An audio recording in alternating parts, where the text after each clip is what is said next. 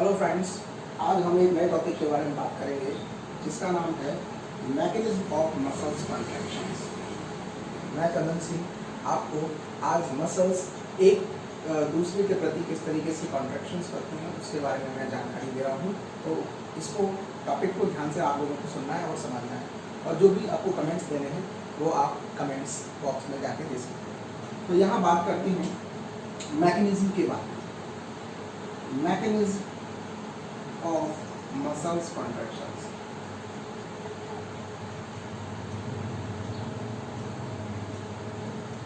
सबसे पहले मैं बात करूंगा कि ये मैकेनिज्म जो है मसल्स कॉन्ट्रैक्शंस का, ये किसके ऊपर बेस्ड है। तो ये बेस्ड ऑन अ थ्योरी। ये एक थ्योरी पे बेस्ड है। थ्योरी का नाम है स्लाइडिंग फिलामेंट थ्योरी।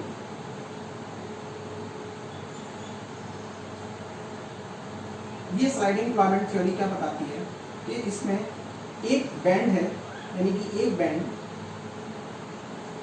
ये क्या करता है, स्लाइड करता है ओवर द सेकेंड बैंड। एक बैंड दूसरे बैंड के ऊपर क्या कर रहा है, स्लाइड कर रहा है। जैसे सपोज ये बैंड है तो एक दूसरा बैंड है, तो ये उसके ऊपर स्लाइड कर रहा है, ये कर रहा है, ये अपनी जगह पे फिक्स है, ठीक है ना। तो ये अपनी जगह पे फिक्स है, तो इसकी जो पोजीशंस है वो इसके इक्वल आ रही है डेंडेस करके, तो ये स्लाइड करते हुए आ रही है।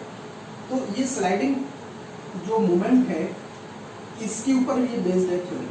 अब यहाँ बात होती है कि ये आई बैंड जो है, ये फर्स्ट बैंड जो है, ये बैंड कैसा है, तो ये थिन नेचर का है, यानी कि ये थिन है, और ये सेकेंड वाला जो बैंड है ये थिक नेचर का है। ये थिन नेचर का जो बैंड है इसका नाम है एक्टिन फिलामेंट, और इस एक्टिन फिलामेंट के रीजन को बोलते हैं आई बैंड। जहां तक एक्टिन फिलामेंट पाया जाता है उस पूरे रीजन को बोलते हैं आई बैंड। ये थिक जो फिलामेंट है ये मायोसिन फिलामेंट है,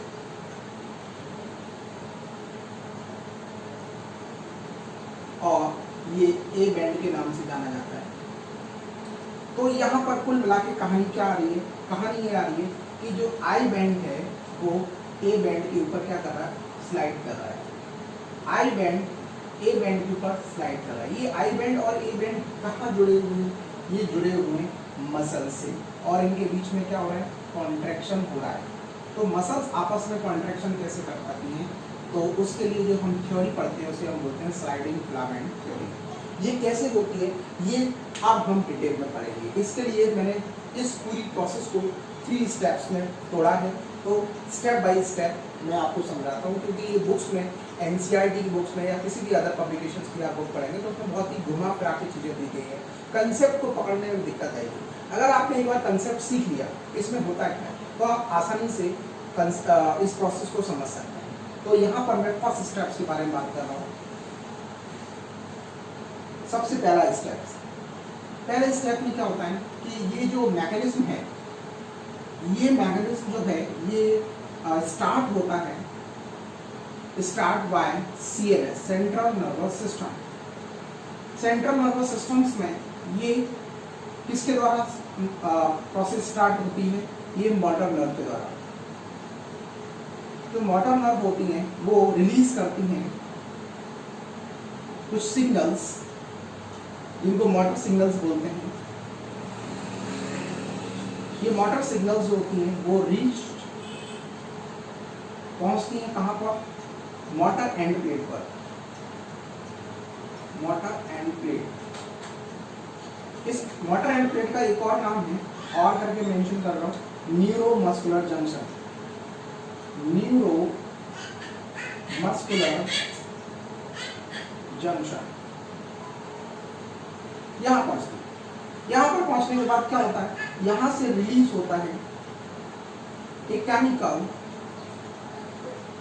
जिसका नाम है न्यूरोट्रांसमीटर। ये न्यूरोट्रांसमीटर जो होता है इसमें पाया जाता है एसिटाइल कोलिन।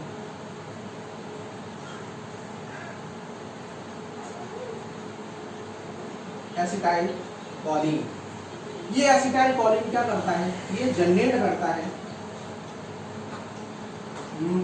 एक्शन पोटेंशियल,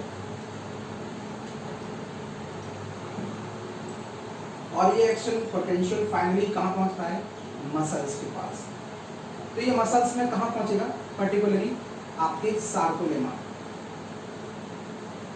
यहाँ पहुंचता है।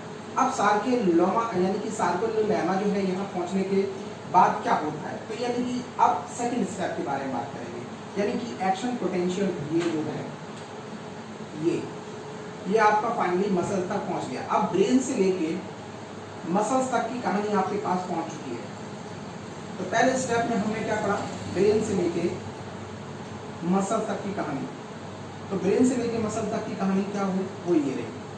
अब मसल्स के बाद आगे की कहानी क्या होगी, ठीक है ना, सेकंड स्टेप, तो उसके बारे में हम पढ़ेंगे कि ये मसल्स के बाद चीजें आगे क्या होती है फॉरवर्ड। तो यहाँ पर जब एक्शन पोटेंशियल मसल्स के पास पहुंचता है, this action potential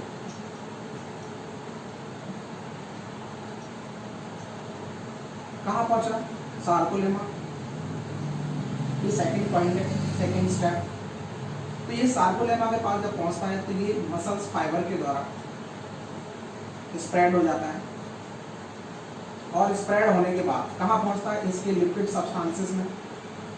liquid substances में पहुंचने के बाद यानी कि इस लिक्विड सब्सटेंसेस का नाम क्या है, सार्कोप्लाज्म,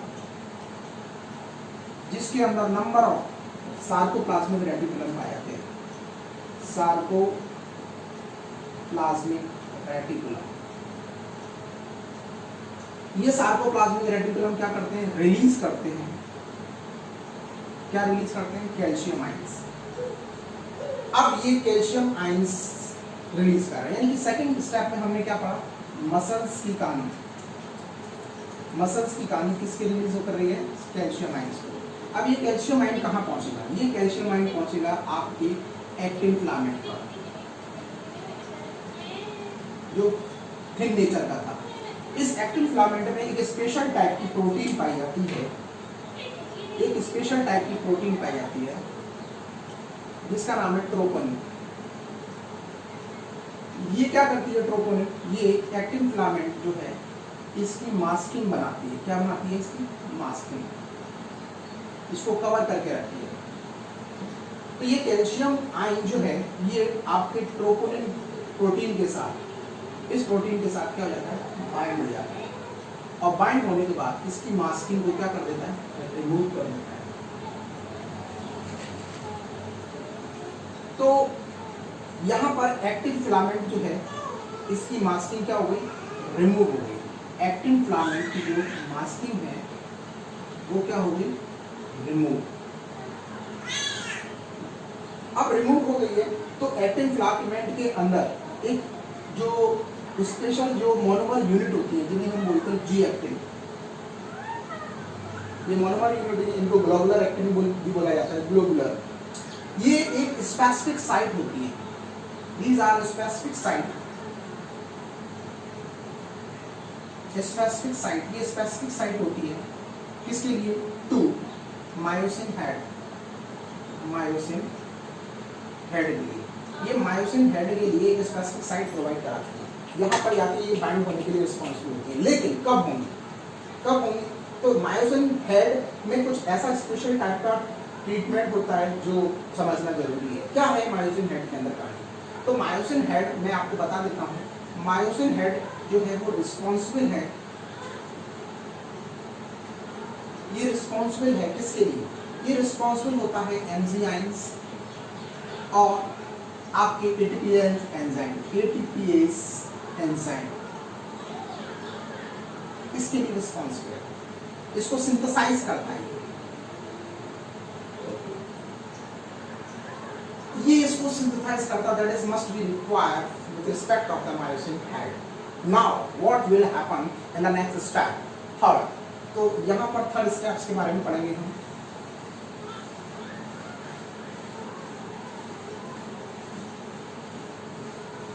थर्ड स्टेप्स, जैसे ही कैल्शियम आयन ट्रोपोनिन प्रोटीन के साथ बाइंड होता है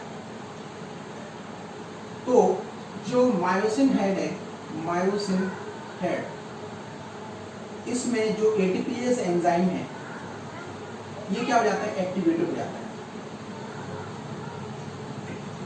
एक्टिवेटेड होते ही ये क्या करता है, ये करता है हाइड्रोलिसिस, और ATP molecules with respect of the water release the ADP, adenosine diphosphate, and inorganic phosphate plus energy. Energy are released. अब ये एनर्जी पहुंचती है कहाँ? ये एनर्जी पहुंचती है आपके मायोसिन हेड पर, मायोसिन हेड, और ये मायोसिन हेड क्या करता है, ये बाइंड हो जाता है किसके साथ, एक्टिन बैंड के साथ, आई बैंड के साथ, एक्टिन फिलामेंट के साथ, एक्टिन फिलामेंट के साथ बाइंड हो जाता है, इसे हम आई बैंड भी बोल सकते हैं, ठीक है ना। वहां पर जाके ये क्या करता है, फॉर्मेशंस करता है क्रॉस ब्रिज का, क्रॉस ब्रिज का फॉर्मेशंस करता है। जब ये क्रॉस ब्रिज फॉर्मेशंस होता है, क्रॉस ब्रिज यानी कि आई बैंड ए बैंड के साथ क्या कर रहा है, क्रॉस ब्रिज बना रहा है, ब्रिज बना रहा है। ये ब्रिज बनता है ना, जब दो पोल्स होते हैं एक दूसरे के साथ इंटरेक्शंस करते हैं तो ये ब्रिज बन जाता है। तो ये क्रॉस ब्रिज जब बनता है तो एक तो बैंड आपने ये लगाया तो दूसरा बैंड इसके सामने आना चाहिए ना, इस तरीके से, तो ये ब्रिज तैयार हो जाएगा, इस पर कोई भी आके जा सकता है, कोई भी आके जा सकता है। तो I band sliding over the A band and to form the what, cross bridge.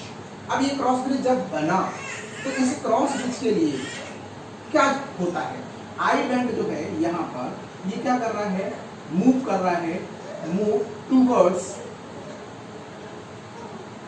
The centre of A band, that means sarcomere, sarcomere की तरफ मूव करता है। Sarcomere is the structural and functional unit of the contraction, और ये कहाँ होती है, it will occur between two Z line, दो जेड लाइंस के बीच में की जो रीजन को सार्कोमियर बोलते हैं, जो स्ट्रक्चरल और फंक्शनल यूनिट होती है कॉन्ट्रैक्शन की। यहाँ पर जाके जो ए आई बैंड है वो ए बैंड के सेंटर पे जाके पहुँच जाता है और कॉन्ट्रैक्शन को सक्सेसफुल कर देता है। अब कॉन्ट्रैक्शन तो हो चुका है, कॉन्ट्रैक्शन तो हो चुका है, लेकिन रिलैक्सेशन की तो जरूरी है। तो मसल्स के कॉन्ट्रैक्शंस के लिए और मसल्स के रिलैक्सेशन के लिए please note this point, muscles contraction and muscles relaxation दोनों के लिए it must be required ATP molecules. ATP molecule बहुत जरूरी है। तो यहाँ पर तो हमने एटीपी मॉलिक्यूल्स को यूज कर लिया, एटीपी मॉलिक्यूल जो था उसका हाइड्रोलिसिस करके हमने उसको एटीपी में कन्वर्ट कर दिया और एनर्जी को निकाल लिया। लेकिन अब एनर्जी तो निकल चुकी है और क्रॉस ब्रिज बन चुका है, लेकिन अब कॉन्ट्रैक्शन हो गया, लेकिन अब रिलैक्सेशन भी तो करना है। तो फिर इस एटीपी मॉलिक्यूल से हमें एटीपी कैसे बनाना पड़ेगा, तो इस एटीपी मॉलिक्यूल्स को यूटिलाइज कैसे करेंगे, तो यहाँ बता देता हूँ। एडीपी मॉलिक्यूल्स जो होते हैं ये क्रिएटिनिन फॉस्फेट के साथ मिक्स हो जाते हैं और मिक्स होके एटीपी प्लस क्रिएटिनिन सब्सटेंसेस को तैयार कर देते हैं और इस तरीके से आपका एडीपी मॉलिक्यूल चलेगा। ये आपका फ्री हो जाता है वेस्टेज मटेरियल के तौर पर, लेकिन ये एटीपी मॉलिक्यूल जो है ये फिर से बना लिए जाते हैं क्रिएटिनिन फॉस्फेट। तो that is must be required for the formations of the ATP molecules. तो इस तरीके से मसल्स कॉन्ट्रैक्शंस और मसल्स रिलैक्सेशन आपस में एक दूसरे के साथ करते हैं। तो ये वीडियोस आपको कैसा लगा प्लीज़ कमेंट जरूर करें। फिर से नई वीडियो के साथ जल्द मिलेंगे, तब तक के लिए बाय, थैंक यू।